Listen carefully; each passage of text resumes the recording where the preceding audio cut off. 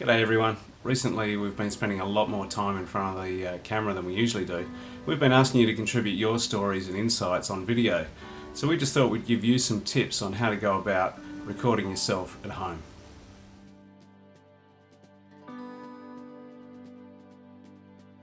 The cameras most of us have in our pockets are great and they can do some amazing things, but they still need us to do a few simple things to make good looking videos. One thing we'd really love you to do is, rather than shooting in the vertical format, is make sure you have your camera on the side and shooting in the horizontal format. We want to make sure we get full value for our screens. Of course, one of the most important things when you're doing a video is to ensure that you have good sound. If people can't hear you, they won't want to listen.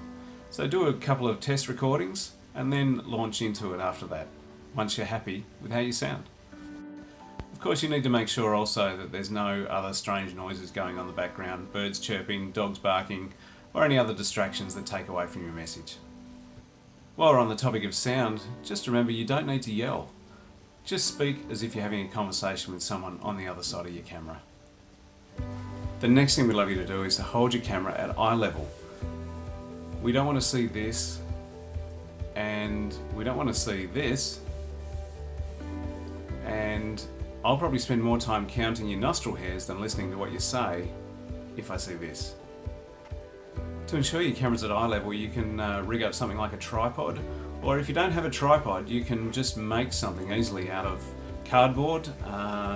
This setup I've got at the moment is simply a piece of cardboard that I've cut a shape out of. I've put that on top of a packet of Weet-Bix, and I've got that sitting on a copy of the Chambers Dictionary. So this little cardboard setup can work well for a smartphone, can work for a tablet, but may not work for your recipe books.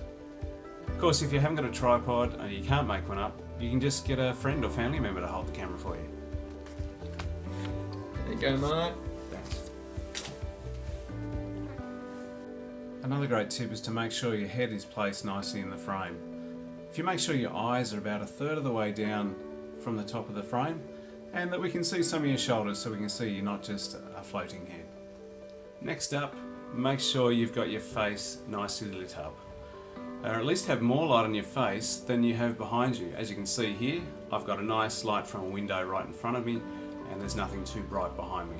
So just as an example, this is what happens if I have too much light behind me. So at the moment I've got a nice even light that's on my face. If I turn around and put the window behind me, you can see I just end up with a floating black head. So we want to see your face, so make sure you have a nice little light lighting up your face from the front. Natural light is great, so if you can sit facing a window, you'll have a nice coverage of even light on your face. Although try to avoid full sunlight if you can. If you're filming in a darker spot, you could just get something like a table lamp or bedside lamp and just sit it just off behind your camera, just above your eye line a little bit if you can, and you'll get a nice glow on your face as well.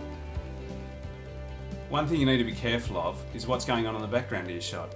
You don't want anything there that's too distracting or incriminating, or that are going to mean that people aren't concentrating on what you're saying.